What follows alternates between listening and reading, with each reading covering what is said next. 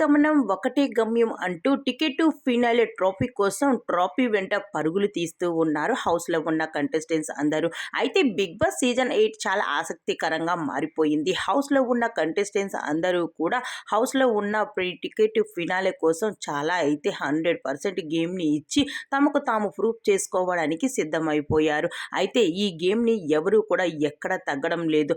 ఒకప్పుడు గేమ్ అంటే ఈజీగా తీసుకునే కంటెస్టెంట్స్ ఇప్పుడు గెలిచినా ఒకటే గెలవకపోయినా ఒకటే అన్న వాళ్ళు ఈరోజు ట్రోఫీ కోసం పరుగులు తీస్తూ ఉన్నారు. ఇంతవరకు ఒకటి, ఇక్కడి నుంచి మరొకటి, ఇప్పుడు ఎలా అయినా ట్రోఫీని సంపాదించుకోవాలి, ట్రోఫీతో సహా మనం మంచి పేరును సంపాదించుకోవాలి అంటూ హౌస్లో ఉన్న కంటెస్టెంట్స్ అందరూ కూడా పోటీ పడుతూ ఉన్నారు.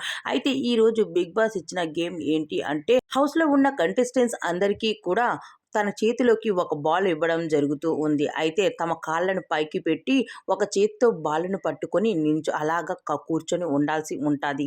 తమ చేతిలో బాలును కిందనే పడేయకుండా ఉంటారో వాళ్ళే విజయం సాధించినట్టు అంటూ చెప్పుకొచ్చారు. లాస్ట్కి నిఖిల్ గౌతమ్ ఉండగా నిఖిల్ ఓడిపోగా గౌతమ్ విన్నర్ అయ్యాడు.